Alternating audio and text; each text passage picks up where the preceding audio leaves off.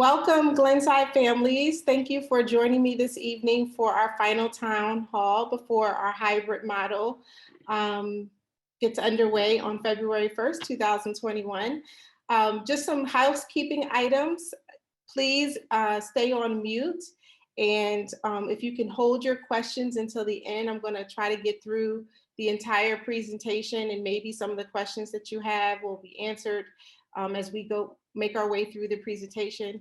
I also have a frequently asked questions slides at the end of questions that have been asked of me and have come up a couple of times since the last town hall meeting that we had. And so hopefully some questions are answered there. And then of course, at the end, if there's some additional questions, hopefully you've written them down, and I'll take some questions at the end. All right.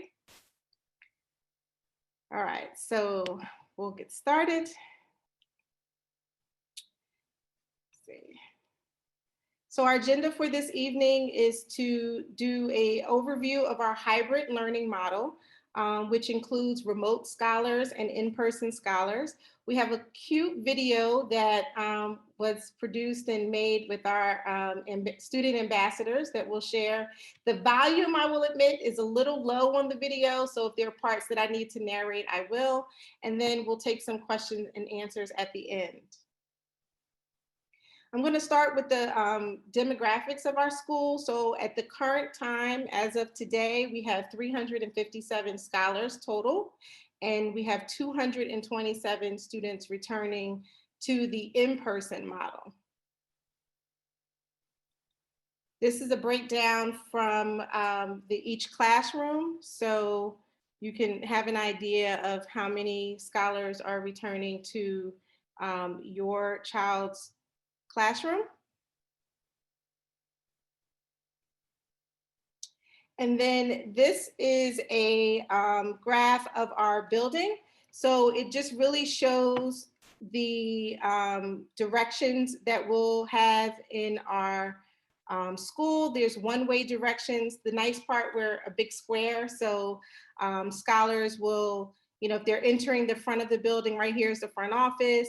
This hallway in front of the library is a two-way street and or two-way path. And what's nice is if we have scholars that are walking like sort of close to the walls, it's about 8 feet distance in between. And then we just really go in that big square. So we come down, you may turn and cross in front of the gym, and then you can turn back up past the kindergarten wing. And then right here, these stairs by door A1 are the upstairs. And then the doors here by A03 are the downstairs. Okay. You'll notice that each door, and this information will be important later, but this is B1. This is the door right outside of the first grade hallway. We have A1, this is the door right near the bus loop. A2 is our front door. A3 is the area, the door where our car lane. D1 is our second grade wing door. C6 is our kindergarten wing door. C3 is the door that we would use mostly to go in and out for recess into our cafeteria. And D3 is right there. That was the old or the clasp entrance. So some of you are familiar with that entrance as well. On the second floor, we also have one direction. So if scholars or staff come up the stairs, they would go down towards the fourth grade wing and then go down the stairs. A few exceptions to that is our bathrooms are right here for third and fourth grade. And so, of course, if a fourth grader needs to use the bathroom, we're not going to make them go down and around and all the way back up. So we'll just be mindful, again, to try to stay close to the walls so that there's still at least that 7 to 8 feet distance if you have to pass someone. All right. Another thing to note about the second grade, right here is the fifth. We have 5 sections in first grade this year. And so our 5th classroom is right here. This is Ms. Quofi's class, and it's room 27. All right, so starting in the morning, and this is probably one of the most important slides that I can share with you. You'll get information later this week about the monitoring tool. Right now, we just rolled it out today to the staff. Last week, it was rolled out to admin and central office. And so this is the tool that you will get a little text message or reminder to fill out in the morning. I suggest, as students wake up, in this order, brush your teeth and fill out the monitoring tool. If we have every student with this monitoring tool filled out before they arrive to school, it really makes that entrance easier, and it allows us to be where we need to be by 9 a.m. so that both our remote scholars and our in-person scholars can start on time. All right, so you'll get more information about that. But I just wanted to make sure that I just really emphasize how very important it is to fill that out. As soon as students wake up, you can fill it out at least 2 hours before you enter into the building. And so please, that is one of the most important things you could do each day. For admission, we're going to start receiving students at 8:45. And so the students who are remote will log on as they have been at 9 a.m. For those that are in person, the greeters will be at each of the doors that I showed you earlier in the slides, where, you know, the first graders will enter through the first grade door, second graders enter through the second grade door, third graders will enter through the bus loop door, so they can go right upstairs to their wing, and fourth graders will enter through the car lane door, so they can go right up the stairs to their wing. Kindergartners will enter the blacktop, which is an area for those of you who are first through fourth grade. If you're familiar with our normal arrival, we usually wait on the blacktop and then students filter in, but that door will be specifically for kindergartners to walk in, and they'll have greeters there as well. And as of right now, today, these are the greeters that will meet the students there. They're going to have in their hand a list of all of the students who have filled out the monitoring tool. And so all of those scholars will be able to enter into the building and go right into their classroom. If there's a student for whom the monitoring tool is not filled out, we will escort them to the overflow area, which is half of our gym. And those students will wait there until we can get in touch with a family member to get the monitoring tool filled out. And then we'll escort them to class once the monitoring tool is filled out.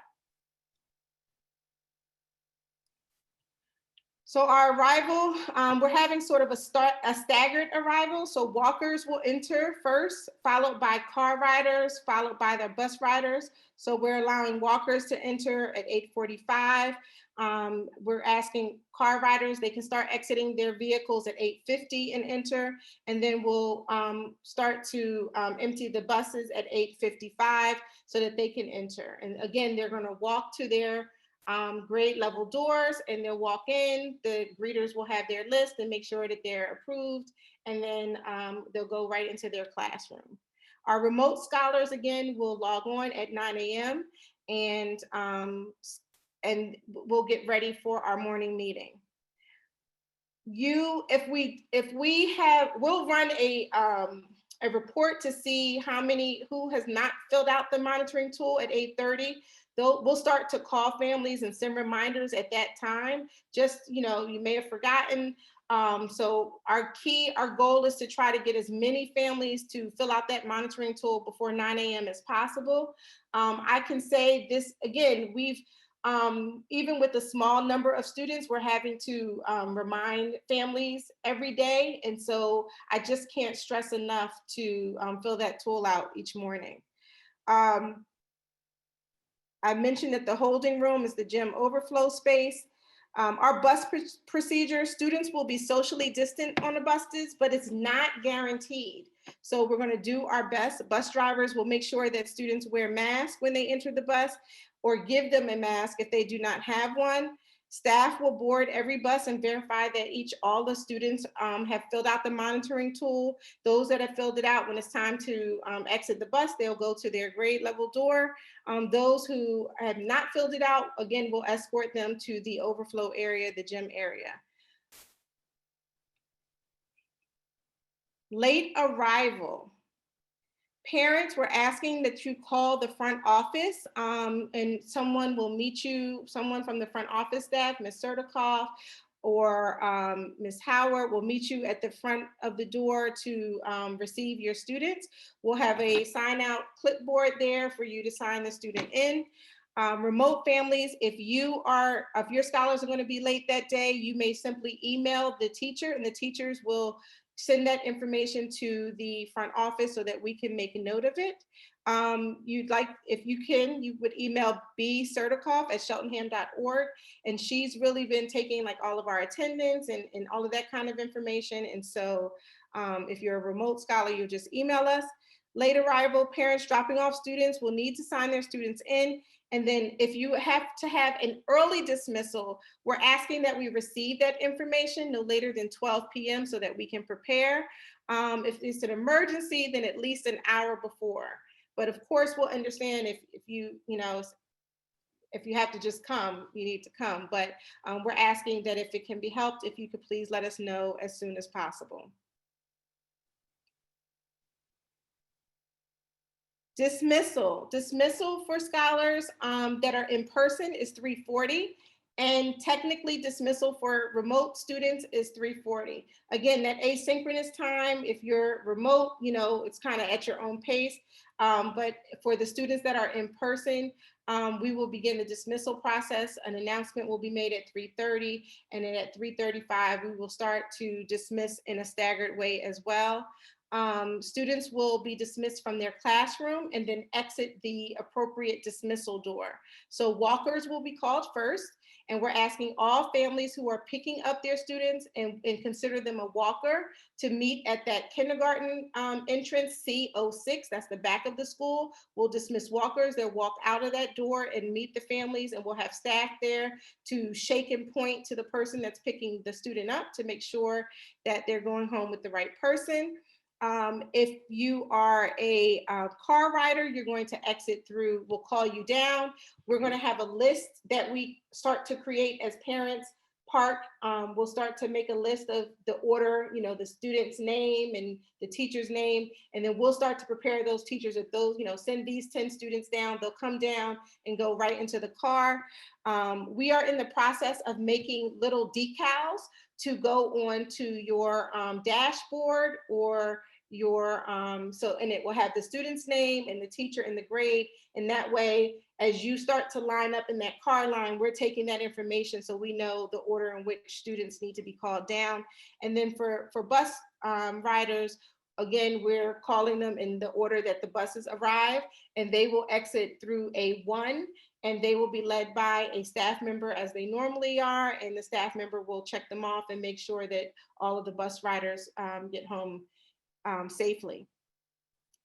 Following this meeting tomorrow morning, I'm going to send home a link which will have a Google survey for you to just indicate your dismissal plan. So there's only 3 ways that students will be dismissed. Either they're a walker, they're a car rider, or they're taking the bus. And so we're going to have those plans by the doors of each classroom so that we know which students are in which category. And so it's really important if you can fill that quick survey out. It lets us prepare and plan and make sure that students go home in the way that you intend for them to. Of course, if there's a change to dismissal, we're asking that you give us a call as soon as you can so that we can make sure that the teacher knows that there's a change in that dismissal. For example, they're normally a bus rider, but you're going to pick up that day. We need to know that as soon as possible, okay? But we're asking and we encourage you, whatever plan you decide, please, we'll try not to make any changes at the last minute because dismissal will already be complicated enough. And so when we get those last minute changes, it just makes it that much more complicated.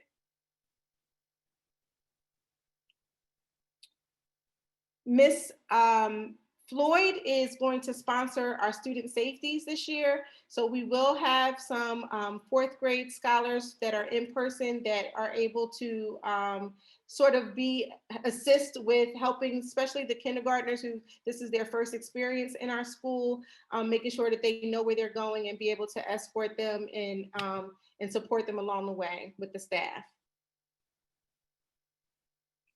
All right, so take a look here. This is our hybrid instruction schedule. What you will notice is that the schedule is pretty much the same as it's been. The big difference is moving times slightly around to accommodate our lunch schedule.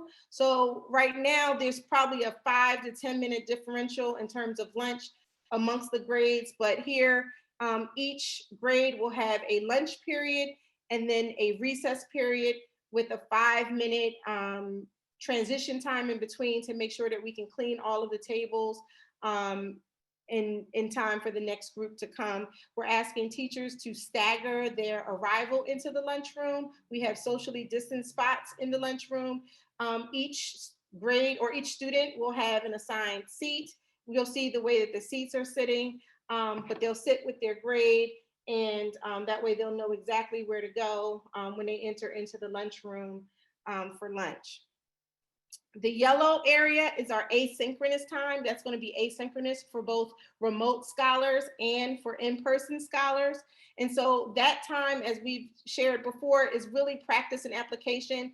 With our time being cut so drastically in terms of instruction, we really only have time for sort of introducing the learning goals for that day, giving some guided practice, and that independent practice is the part that we really push through to the asynchronous time. And so scholars, both remote and in person, will have time during that time to complete the asynchronous work. This is an example of an upper school classroom.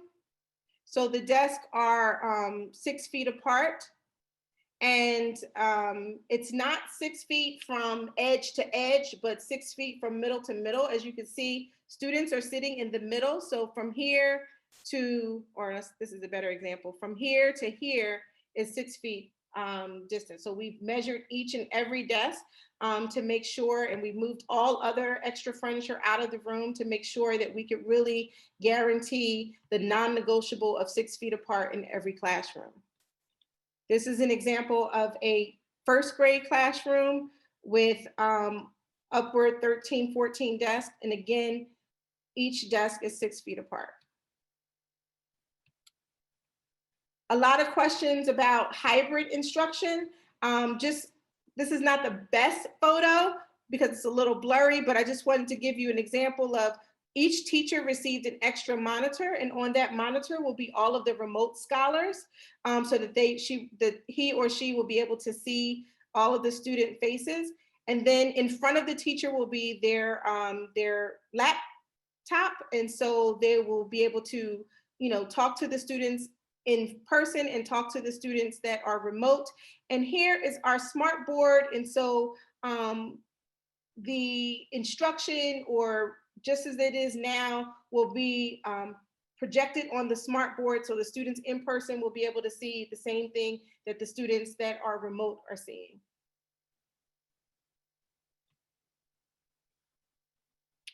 So February 1st, this is important for you to note this. February 1st will be an asynchronous day for all students. For the students who are coming to school and are being in person, it's an asynchronous. We're gonna take our time and make sure that they understand all of the norms and expectations and understand how to operate in the building.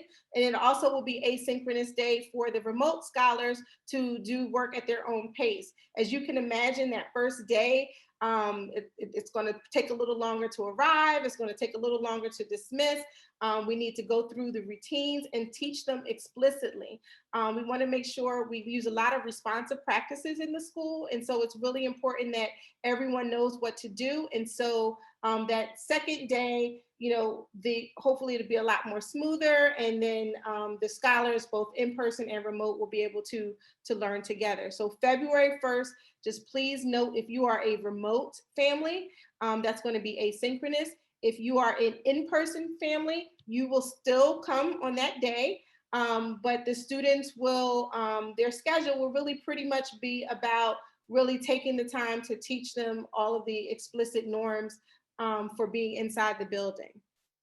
New content will be taught daily, Monday, Tuesday, Thursday, Friday. Wednesday will continue to be an asynchronous day. And we're really limiting who can be in the building on Wednesdays. That is the day for deep cleaning. And so students will be able to catch up. There may be some small group instruction or intervention assignments, but again, building will be limited in terms of access.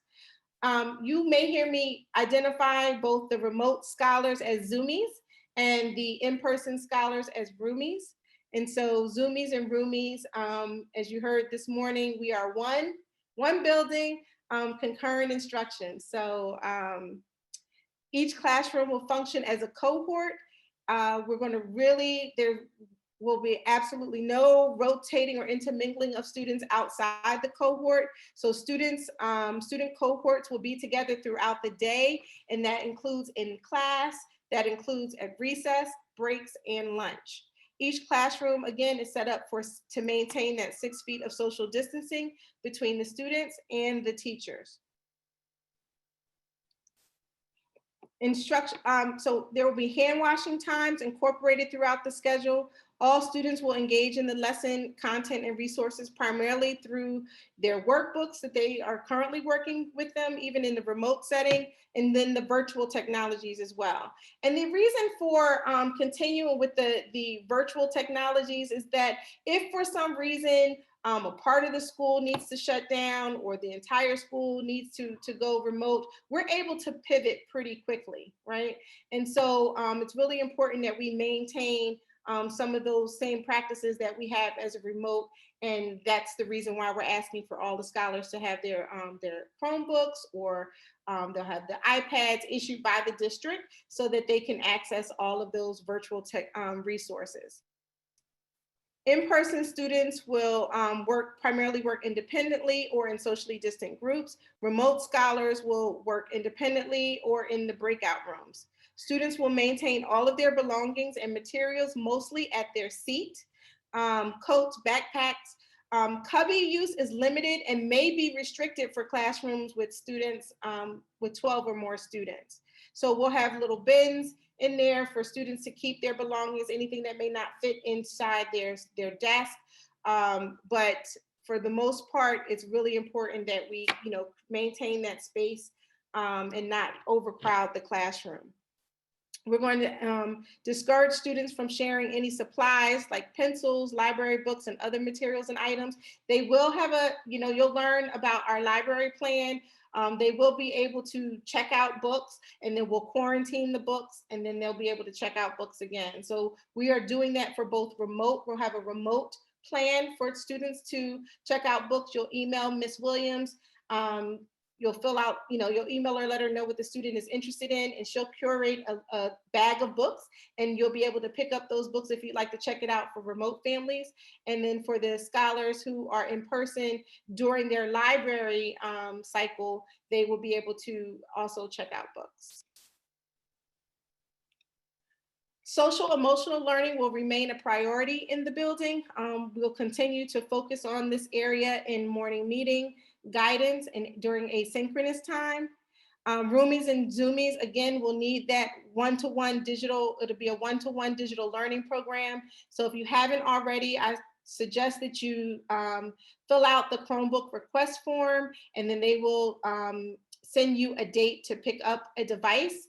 If for some reason you, and more devices are coming each and every day, I know that the district has purchased extra devices.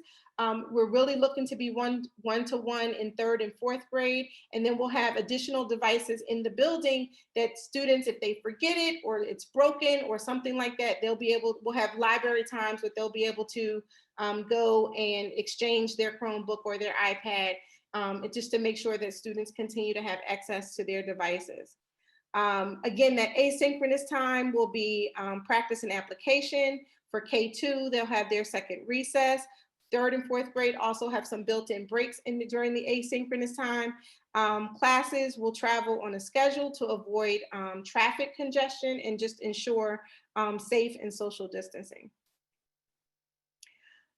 Our lunch procedure.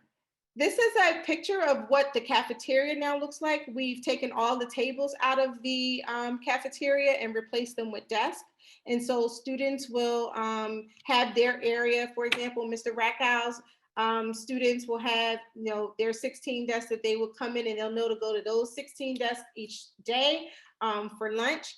And after lunch, they will go to recess. We're asking our lunch and recess aides and support staff that will help to supervise lunch to have all of like condiments and forks and napkins and things that they need, and they'll come to the student to deliver those things. We're really trying to minimize movement in the cafeteria. They will wash their hands and try to use the bathroom prior to their lunch period. And I'm going to have some support staff strategic in the building that will be able to monitor students being able to go to the bathroom, so that teachers aren't having to come out, because we want to be mindful that we do have remote scholars still there while students are preparing to go to lunch. Students may bring their lunch or pick up a grab and go lunch. Lunch will be a combination of hot and cold meals that will be served. They still will have a lunch program for the remote scholars to pick up lunch if you so choose. And then for students who have purchased a lunch, not purchased, but were given a lunch on that Tuesday, they will get a lunch so that they have lunch on Wednesday, and then they'll return for those in-person scholars on Thursday, and they will continue to remain lunch. So lunch will be served every day, including our asynchronous Wednesday. Again, lunch will follow recess. I'm sorry. Yes, recess will follow lunch. That wrong. Equipment may be used. We're going to have 5 zones in the recess area. So if you can imagine, if you know our backyard area, we have the larger playground, we have the basketball area, we have the smaller playground, and then we have the 2 blacktops. And so each cohort will be assigned a zone, and those zones will rotate each day. And so each class will know which zone they're in. Each cohort will have a recess bag with balls and ropes and fun things for them to do. And then those, they will also have the Ziploc bag that we'll send home. We purchased the slightly bigger than the gallon bag. We'll send those home on the first day. So the in-person scholars can fill those up with as many things that will fit in that bag. And on those indoor recess days, if it's inclement weather, they will have items that they can play individually with those items. We're going to really encourage, because the mask will be off, we're going to really encourage minimal talking during the lunch. I know we have little guys and it's just natural. It's a social time. We're social beings. But we'll try to like read and have some nice music and just really get them to really focus on eating. And then when they get outside, they can talk and play, but they'll have their mask back on. And so that is sort of our lunch and recess procedure. And then this is just so you can have an idea of what the lunch schedule looks like for each grade. And this will be the lunch period for both remote and in-person scholars. And so it'll be important to note the time so that your scholar, if needed, to log back on to make sure that they're back into the synchronous learning experience on time.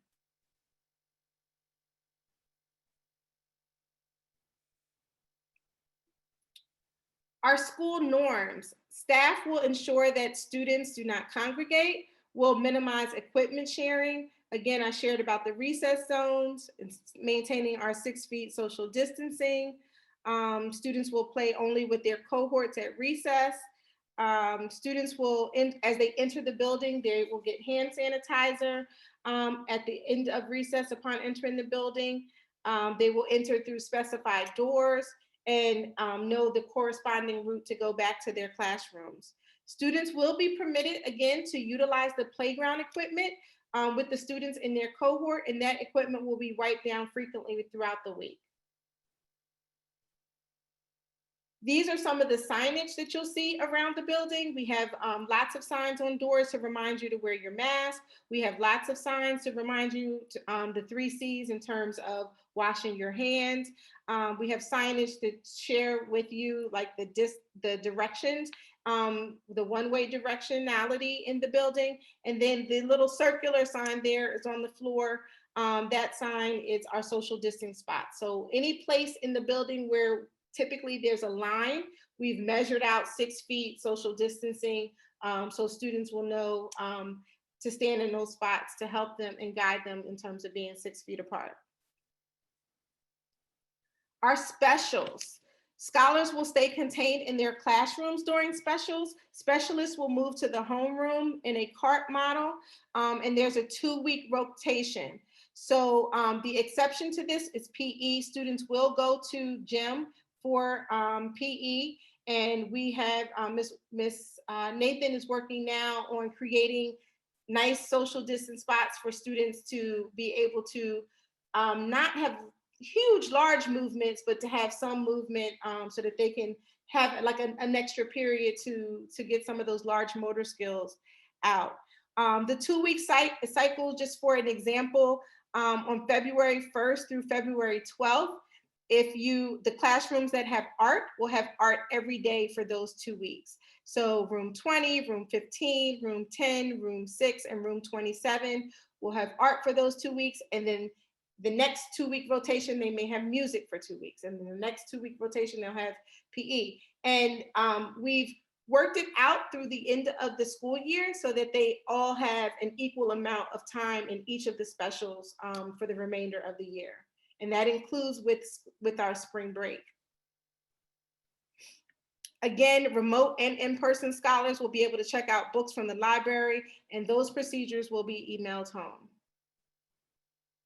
Interventionist, challenge, and small group. The teachers may deliver instruction to students virtually while students remain in their homeroom class with students in their cohort. This is an intentional effort to eliminate mixing of students in the different classrooms, because oftentimes if you're in reading club, maybe you're from 2 or 3 different classrooms. And so they will need to access the interventionist through the laptop device.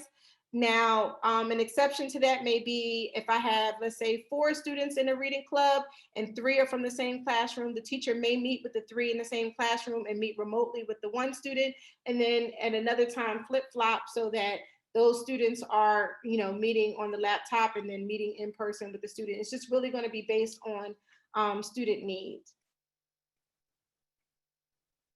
Same thing for special education, physical therapy, occupational therapy, and speech. Again, students will see them in their learning space as long as they're not mixing cohorts, and they will be able to, determine based on student need who remains and just, joins remotely, and then who comes into the space remotely, in person, but there will not be any mixing of cohorts in those spaces. Bathrooms, each homeroom, 1st through 4th grade, will have designated bathroom breaks in the morning and in the afternoon. Kindergartners have bathrooms in their classrooms and will be able to use the bathroom as needed. If a scholar must go in between break, they'll have like a little, it's up to the teacher how they do it, but I'm just imagining maybe like a little Bitmoji with the Velcro on it, and they'll put their name. We have little 3 Velcro strips outside of each bathroom. For the girls' bathroom and the boys' bathroom. And that way, hey, there's 3 people in here already. I need to wait out here and it's my turn. And again, I will know the general bathroom schedule for the classrooms in the morning and the afternoon. And I'm going to be strategic in asking support staff to be present to sort of help monitor that for students so that the remote students aren't having to wait for the in-person students to take that bathroom break. But those breaks hopefully are around and near the break times, but that's not going to be possible for all 4 classrooms at a time. And so we're going to really try to work with each grade to make sure that they do that and not interrupt instruction or time that's happening with the both remote and in-person synchronous learning. Our district is really committed to creating a safe and healthy environment during this pandemic. So we have 2 full-time nurses assigned to the school.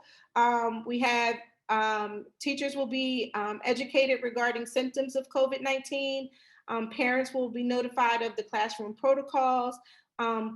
Classroom teachers will address any minor first aid needs in the classroom. And then if there's a need for the nurse, they will contact the nurse who will come to the classroom and monitor the needs of the student and determine where that student would need to go next. All students will be screened by the nurse and assigned to one of the two health rooms, health room A or B. So right now we have the regular nurse's office, and then room 1 is assigned as our health room B. Teachers will treat the following issues: loose teeth, old injuries, chapped lips, bug bites, paper cuts, broken reading glasses and frames. And they'll have little first aid kits to be able to assist with that. They will need to send the following issues to health room A after calling the nurse: bee sting, head injuries, diabetes related, asthma, significant physical injury, food allergy, bleeding, nausea, and seizures. Just make note of when to stay home.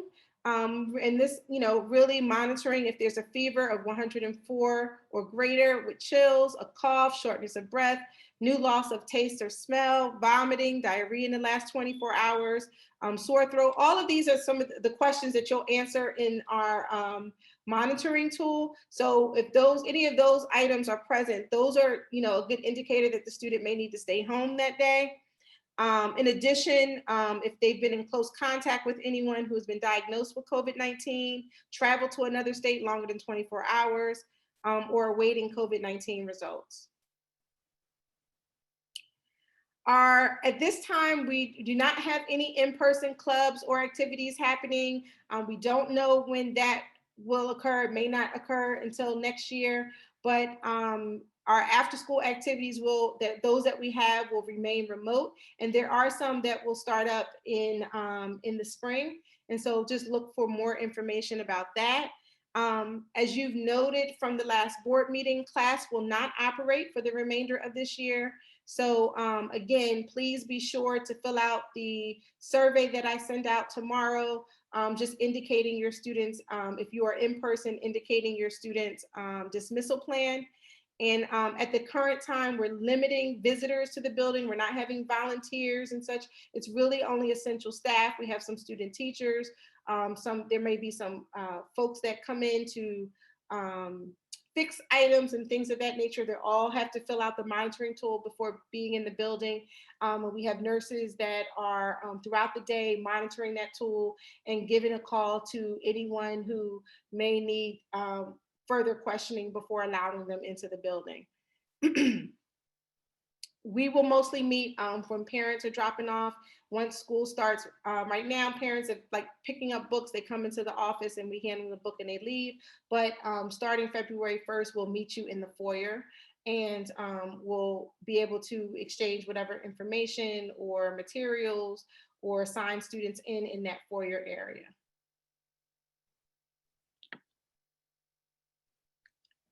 All right. Now for our wonderful welcome back video, and then I'm going to come back to our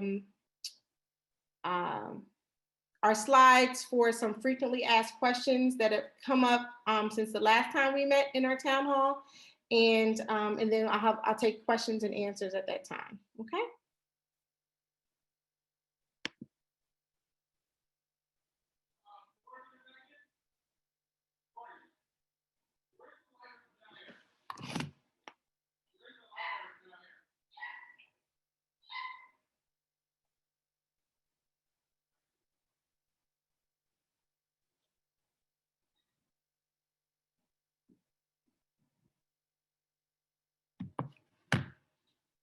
Sorry, it's taking a little longer. All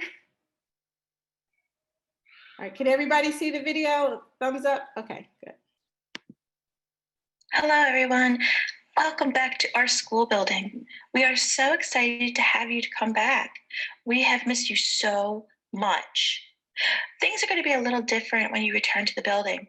And so we made this video so that way you can understand what to expect when you return to school.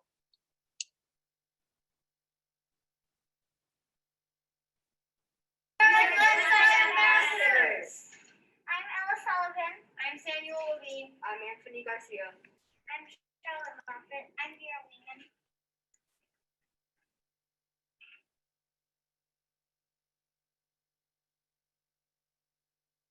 This is the front entrance. So if you can't hear, she's explaining that this is the front entrance of the school. Sorry, the volume's a little low. I'll help to narrate. There's the front office, and there's the nurse's office, health room A.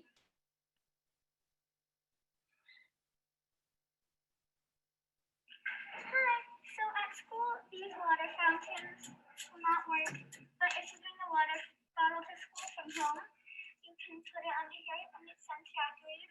So she's explaining that the water fountains are off, but you may bring a water bottle and refill in the refilling station. This is the gym hall. We could only go one way, which is that. He's explaining the signage, the one-way directions. So this is the hallway where you go to the cafeteria, and then you have Miss Tyson right here, and then you have Mr. D right across, and then you can only go one way, which is this way. Hi, I'm Ella Sullivan, and I'm here to tell you about this is the first grade hallway, and follow these arrows.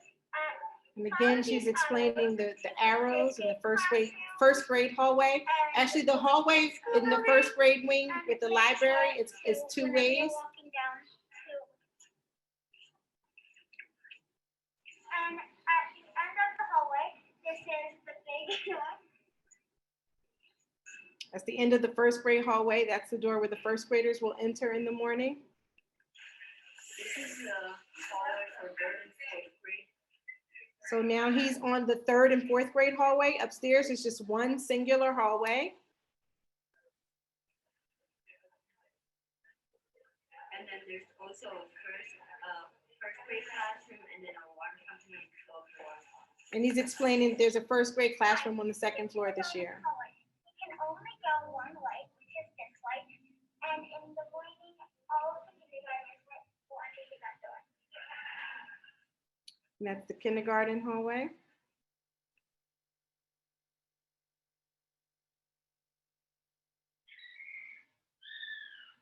This is the gym. This will be where you do PE. They're explaining that's the gym. The only special where students will travel to that special, the other specials will come to the classroom.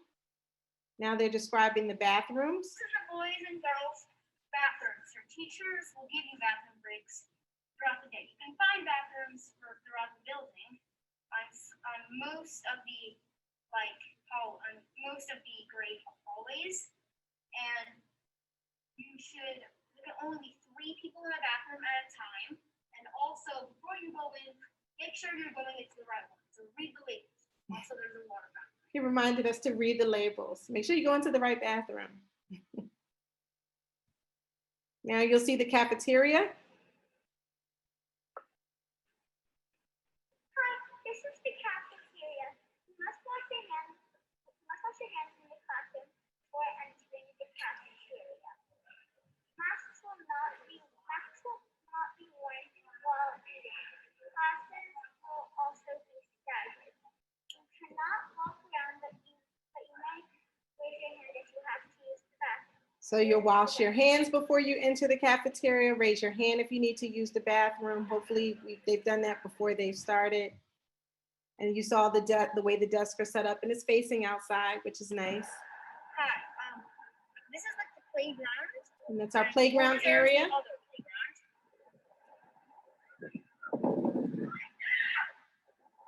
The large playground, the basketball area, And the small playground. mask. You must stay 6 feet apart. There will be zones you cannot share equipment. And also, there, other thing. Now they're going to explain the staircases, the directions. Hi, this is the second grade hallway. When you're walking in the hallway, make sure to follow the directions on the sign. This is the down stairwell. When 4th grade comes in the morning, they are able to go up the stairwell, but then for the rest of the day, it's a down stairwell. This is the third grade stairwell. This is where the third graders will come in the morning. Third grade will enter that stairwell. They'll go up the stairwell, but that will also be our up stairwells throughout the day. Upstairs will go up the stairwell.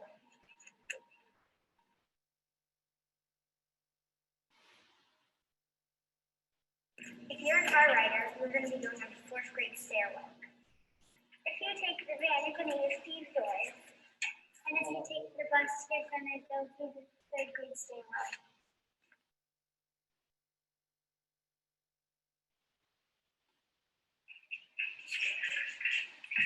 Special message from our staff.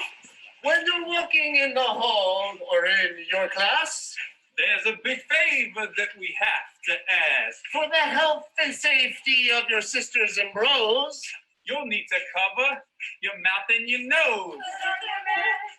you just put on your mask.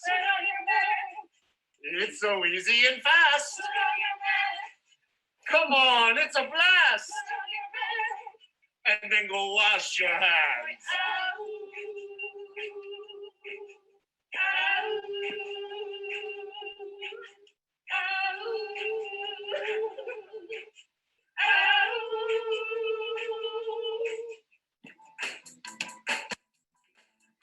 Put on your mask. Put on your mask. Put on your mask. First grade says, Put on your mask. Put on your mask. Put on your mask. put on your mask. Put on your mask. Put on your mask. Put on your mask. Put on your mask when you come back to school. Put on your mask. Cover your nose. Don't forget to wash your hands.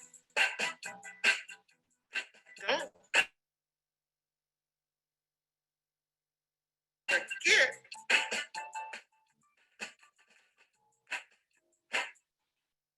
All right, our scholars did a good job. We'll go back to our presentation. All right, and now I'm going to go over some frequently asked questions, and then we'll have a period for some extra questions. So parents have asked, will we be able to choose 2 days a week or early dismissal, meaning after the synchronous day, when it ends at 1:20 and going into the asynchronous day?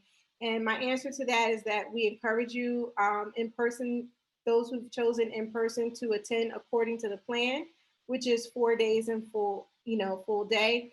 But certainly if you choose to keep a student home that day and learn from home on a given day, they will still be considered present. If I registered for remote, may I switch to in-person? At this time, if you registered for remote, you will remain in remote. If you didn't register at all, you were placed in remote by default, and you will remain in that model for the remainder of the year. And at this time, there are no changes going from remote to in-person. If you registered for in-person, may I switch to remote? Yes, you may.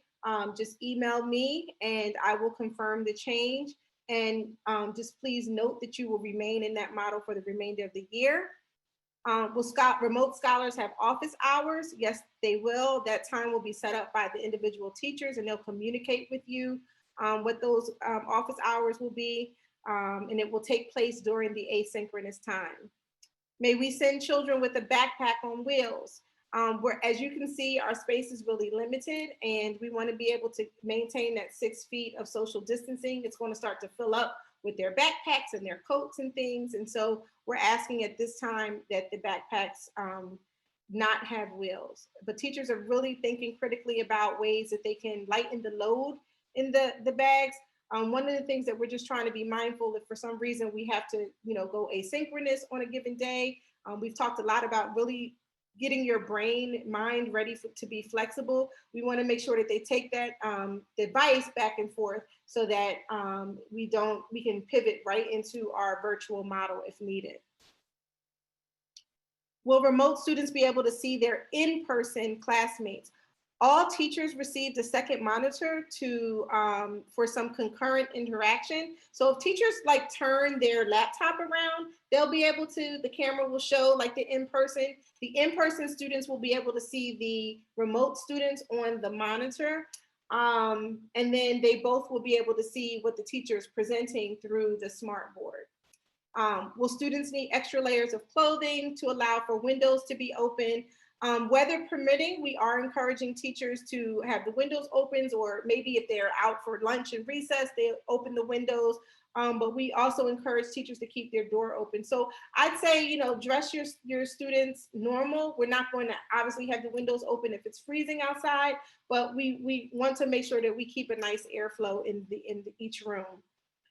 Will you have normal school drills for in-person scholars? Yes, we will have monthly drills.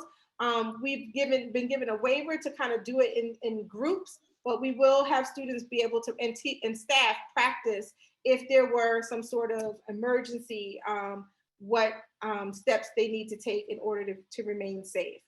And a question came up about birthday treats to the, if the student is in person. I am asking teachers to not allow for birthday treats. I'm asking teachers to not allow for individualized birthday treats throughout this process because our remote scholars will not be able to participate in that. And so I've said, you know, we can think creatively about honoring all the birthdays for that month, maybe once a month, and create some little rituals around that. When I was a second grade teacher, the last Friday of every month, I read the book On the Day You Were Born, and like we went around, the parents could write like a little note about the child, and it was just a nice little ritual that we looked forward to that really honored each of those birthdays. And then we have some families that don't celebrate birthdays, and so we want to be mindful of that. But we want to make sure that we're providing equity as much as possible for our remote and in-person scholars. What is the protocol for when a child or teacher tests positive for COVID-19? If shutdown is part of the protocol, will that happen just for the school building or the district overall? It really depends on the number of students and staff. And given in a 14-day period, the classroom or the area of the school where the positive case may be shut down, but maybe not the entire building. So we will clean that area. The case spent time, and the public health staff will direct us to contact close contacts and also who needs to quarantine. An important data point to remember is that is to kind of consider, is it a linked transmission, meaning that it's happening inside the building, or is it the transmission from outside of school, which in most school cases, it's the COVID positive cases are happening outside of school and coming in. There's not a lot of cases where it's spreading inside the schools, which gives us some information about schools being a pretty safe place for children. And then if you go to the district website there's listed there is the updated plan as of January. And on page 71, it really outlines for you the COVID-19 school exclusion recommendations and sort of the steps that we need to take if there's a COVID positive case. There was a question about on-site temperature checks. That's not part of our health and safety plan, and so we're not doing temperature checks. And additionally, fevers can happen for a variety of reasons. It may be an ear infection or a cold or something like that.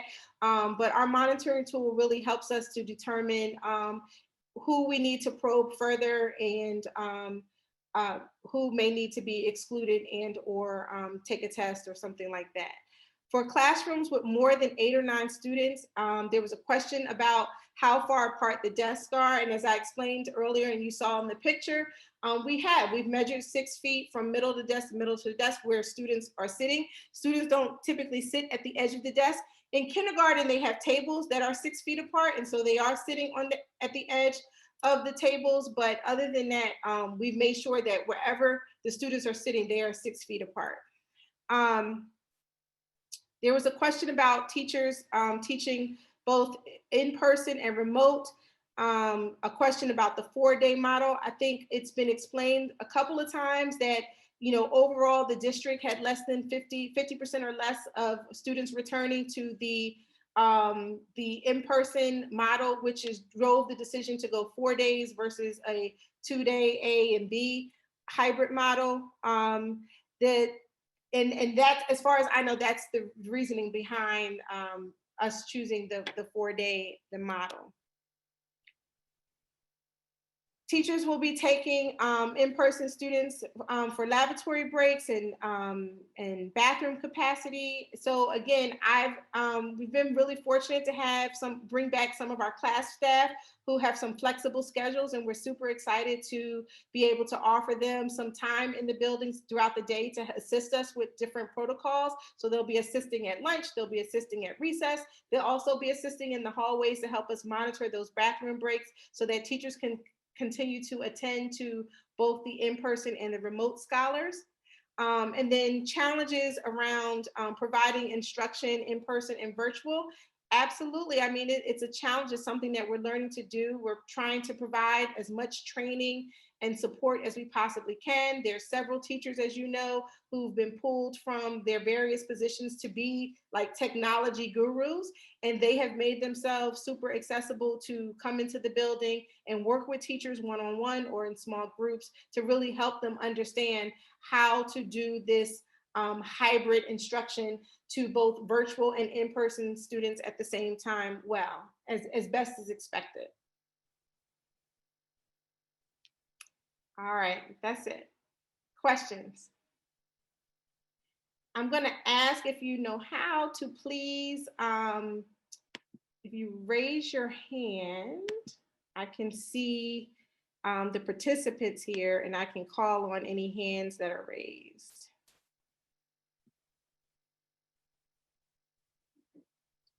If you can't figure it out, you can just, Mr. Webniski? Hi, good evening. So I posted in the chat room, but I figured I would ask out loud anyway. I've got students in multiple grades. How is that being addressed for drop off and pickup? So they are multiple grades, but arriving in the same manner. They're all taking the bus. So they'll get off. So No, I'll be driving them in.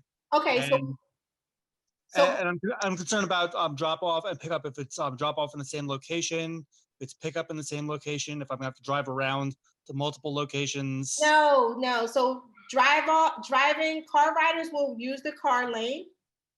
Bus students will be in the bus lot. You'll just like if you've ever dropped off before in the car lane. When it's time, students can get out the car. That 8:50 time, they'll get out the car and they'll walk to their respective door and socially distance wait for students to go right in and up to their classrooms. So it's really similar to what we've done in the past. In students like even kindergartners, when they get dropped off at the car lane, they walk around. We normally walk around to the back of the school and all the students enter from the back of the school. The difference is they're going to enter doors that are right near their grade level pod. So we'll have some young safeties out there to assist us along with staff to assist getting the kindergartners and first graders to the right door. But they will exit their arrival and dismissal means at the same time and just go through the door that will get them to their arrival or dismissal location. So if you're doing dismissal by classroom and I've got a kindergartner and a fourth grader, aren't their classrooms going to be dismissed at 2 different times? No, not by classroom, by category. So I may say, if I say you're fourth in line, I'm going to call down your 2 children at the same time. And Okay. They'll come out the car line door and they'll go right to your car and be dismissed. Okay, thank you. You're welcome. Any other questions? Ms. Zapiak? Yes, hi, good evening. First of all, I just want to say thank you. I think the district has done an amazing job with communications. I just posted 2 questions in the chat.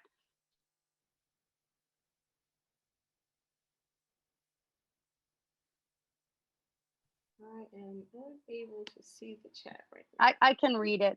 Okay. So my first question was, if one of my children are exposed to a COVID positive person and has to quarantine for 14 days, then does that mean that my other children within the school district would also have to quarantine? That's a good question. Marilyn, do you have an answer? We have our school nurse. Yes, sure. Hi, I'm Miss Shaddison. I'm the Glenside school nurse. First of all, they now changed the quarantine to 10 days instead of 14. They've modified the from the Department of Health. If your child is a close contact, they would have to quarantine, but a contact of a contact does not have to quarantine.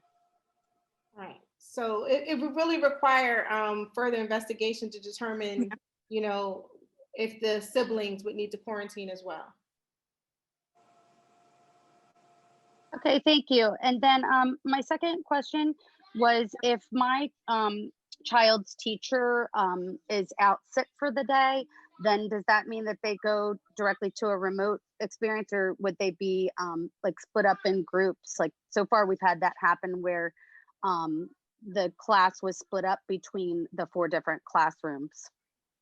So in the remote model, they've been split up in groups, but we hope to have building subs or be able to have coverage for the students who are in person that will be able to provide that concurrent instruction. But we may, I mean, we were asking that you really just remain flexible. We really depend on, throughout the presentations that the district have shared, they all talked about this model working based on our availability of staff. And there's not a ton of subs out there right now. And so we'll try to get information out to you as soon as possible in terms of the model that we'll need to implement in order for that class to be covered that day. Okay, thank you very much. You're welcome. Castillo?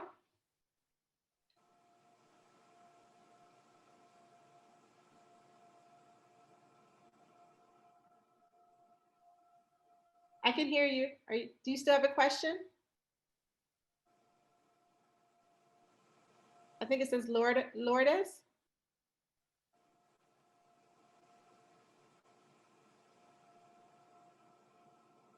Okay. Tanisha Austin. Hello. Hi. Just a few quick questions. When will bus info be sent out? Yes, I should have had that on the frequently asked question. I had, so we're still waiting for that information. It's going to be sent out this week, and it will have your bus number and your pickup spot and drop off spot and the time. But we're waiting from the transportation office for that information. We'll email it out to each family. Okay, and will we need to send Max is in kindergarten? Will we need to? I need to send him back and forth every day with his Chromebook in his book bag? Yes, ma'am. And do I need to send the books that he'll be using back and forth every day, or can they stay in the classroom? So we've been talking about that with teachers. Sometimes there's pages that can be torn out for students if they need it, if they didn't complete it during the async time, or there'll be assignments that can be completed on the Chromebook. So we're trying to limit the number of things that students are carrying back and forth. Definitely So the for that Chromebook, first not so day, much, just send him not those big. Chromebook. I'm sorry, say it again. So on the first day of return to school, just send him with the Chromebook that day.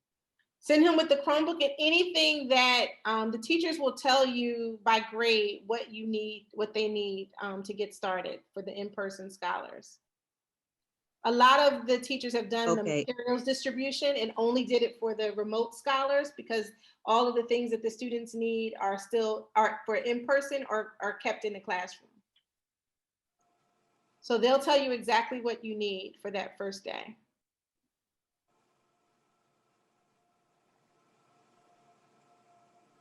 Okay. Okay, because there's supposed to be a pickup this Wednesday, so we shouldn't pick up. It depends. Again, hold on. One second. I think you froze for a second, but there's supposed to be. 1 second.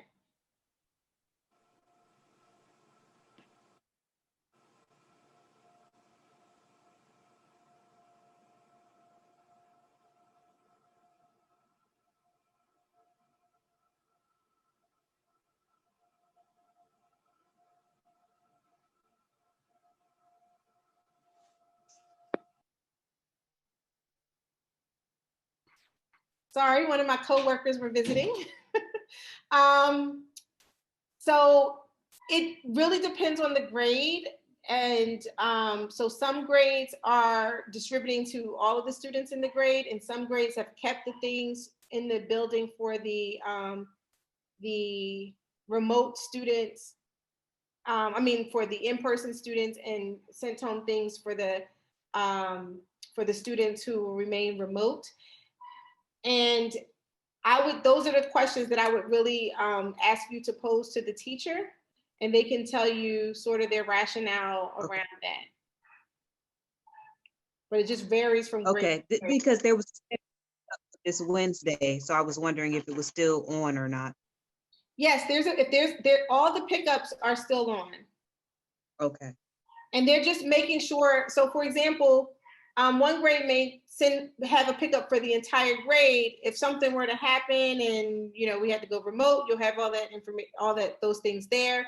If the in-person students kept their things in the building, and the remote students and the teachers will probably pivot and do something on the Chromebooks that allow all the students to be able to participate until we can get the materials into everyone's hands. It just really depends on the grade and the needs of that grade. So those are questions that I would direct directly to the teacher.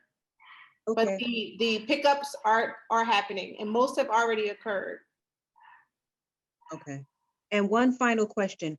Well, that scanner thing doesn't work well for me with my phone. So will there be a link for the monitoring tool? Yes, there's you should get an email and a text message. So you should, like for this morning with the rollout for the staff, I got a text message this morning. I just clicked on it and was able to answer the questions. Okay, excellent. Thank you so much. You're welcome. Ms. Bishop? Hi, my question is around the asynchronous portion of the day. You mentioned in-person will still stay like independent learning. I guess I just wanted to get an understanding of what that will look like. So they have, sorry, just plug my computer in. The asynchronous time, students will be have their Chromebooks out and or working in their workbooks, depending whatever is assigned, and working through that. There'll be a break for K2. There's a second recess in addition to breaks. And so students, that may be a time also that teachers are having their office hours. So they may have asked a few students to meet them, or given time for responding to emails for students that have questions that are working remotely. But it's pretty much the independent practice time, and students will be working through their assignments during that time, in between a break and a recess and that sort of thing. Got it. And then my last question was, if we try it out this week and we realize that the in-person is not working for us, can we then switch to go back to virtual? Yes, you may. Just send me an email. Okay. Thank you. Ms. Payne? Hi, Principal Robinson. Hi. So I have, I can't hear you. Can you say it again? Can you hear me? A little bit. Oh, hold on. I have fourth grader. But I also have a sixth grader in EP. Okay. And their dismissal times, they're about the same time. So my question is, can I pick up the fourth grader, let's say at 3:30, so I can make it to EP in time to pick up the sixth grader at 3:50? Right. I'm going to start calling the dismissals around 3:35. We're going to get prepared for dismissal about 3:30 so that we can start to stagger that dismissal time. If you're able to get there a little sooner, so you're kind of first in line, okay, or near the first in line, we'll be calling those students down first. But both schools and all the schools, we're really trying to be flexible and understanding that there may be some lags in times, depending as parents are trying to pick up from multiple locations. But my best advice, I mean, the way that our, the way that our car line is set up, it's really not designed for you to like, your students come in and then you drive out and around. And we can't start to like call students down for parents to like park and grab this and get the student. Yeah. So my biggest suggestion is try to get there as soon as you can. So you're like placed pretty soon early in the line. And then we're calling all of those students down first. All right. So even though dismissal isn't until 3:40, if I get there at 3:30, I'll be first.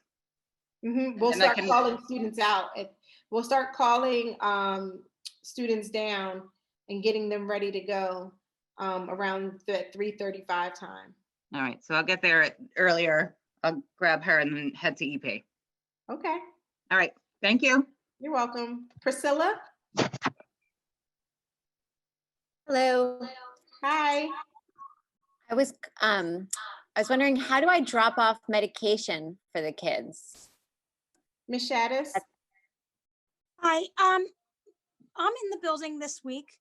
So if you would like to drop it off this week, if you just call me, and I can meet you right in the office and you can give me the medication with the doctor's orders, or you can call me tomorrow and we can discuss it if you need to.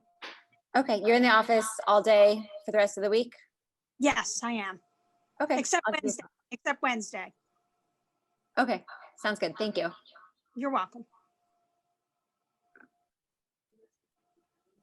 Spilodis? Hi, yes. I just had a question about the district issued Chromebooks. Yes. My daughter's using a personal Chromebook that we got for her. Can she bring that, or does she have to get one directly from the district to bring to She'll school? need to get one directly from the district to work with our platform. Okay, thank you. You're welcome. Mrs. Wapniski?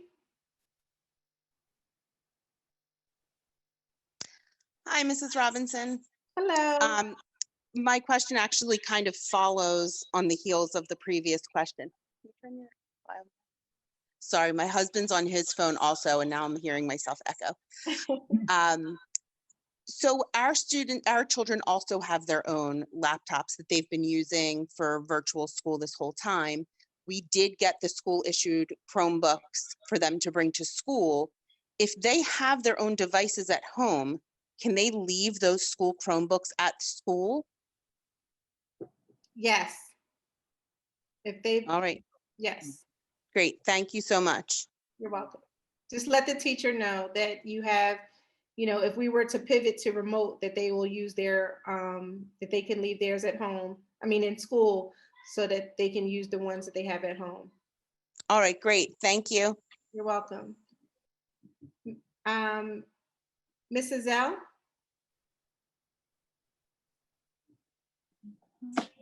Hello, thank you, Mrs. Robinson. I am asking a question based on the heels of the lady who talked about having kids in multiple schools. Yes. I know in the past I found it quicker to pick up as a walker than a car rider. Would that still be the case, or will the walkers be dismissed after all the car riders are dismissed? Walkers are dismissed first. They're dismissed first. So it would be, if we are in a time constraint, it would be better if we chose to be walkers, because we get our kids faster than being in that car line. Is that correct? Yes, I would suggest, yes, you can park, if you park right there on, not Harrison, what's that? Lime Kiln Pike, yeah, they'll come out that door C6. You can walk right down the path out to your car. Okay, we have to come up to the gate though. I mean, they will see us all the way down at the bottom, or? No, you can come up to the doors. Okay. They'll be dismissed at CO6. Okay. Dismissed at CO6, but once she comes out, you can walk right down to your car. Yep, and go straight to Chum. Yep. Okay, thank you. You're welcome. Ms. Koo? Someone answered my question for me, Principal Robinson. It was asking about snacks, especially for third graders. Okay. Because lunch was so late, but I understand now that there will be some snack time in the morning. Absolutely, yes. All right, wonderful. Thank you for everything. You're welcome. Ms. Bacchiacci?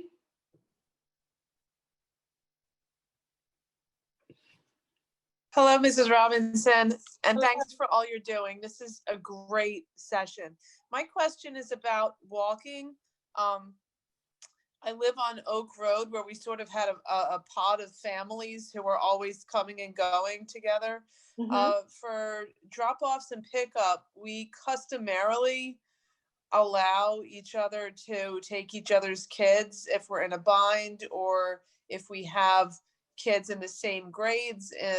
This year, with returning to the classroom now, where some of my neighbors will have kids in this school and in EP, will we be allowed to take home another family's child or send our child home with another family? As long as you write us a note giving permission, and while on school grounds, remain at 6 feet social distancing, yes. Okay, thank you very much. You're welcome. Ms. Alston, did you have another question, or is your hands just still raised? No, I had one more question. When we were shown the room in the kindergarten room, and they would be sharing a table, how are those seats at that table socially distanced? They are, so the tables are apart, and then the students are on either end of the table, which is 6 feet apart. And in the case of a larger classroom, we added like a desk in the space to make sure that's socially 6 feet from the tables for students to sit in, if we needed to add in another table, another space for students.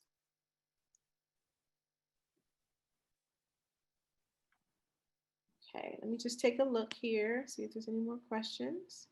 I don't see any more hands. Any more questions?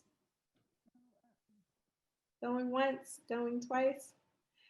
All right, I hope I answered all of your questions. I am going to, I know I said it after the last one, but I wanted to make sure I had this session before I sent out a copy. So we'll have a copy of this session recorded for you. And I'm also going to put these slides in a cute little book that I'll send out to all the families in my update, so that you have this for reference later on. Thank you for joining me this evening. I wish you all a really wonderful evening. I'm looking forward to both attending to my remote scholars and my in-person scholars. We're going to make it through the rest of this year together, even if we're apart. Have a good evening, everyone.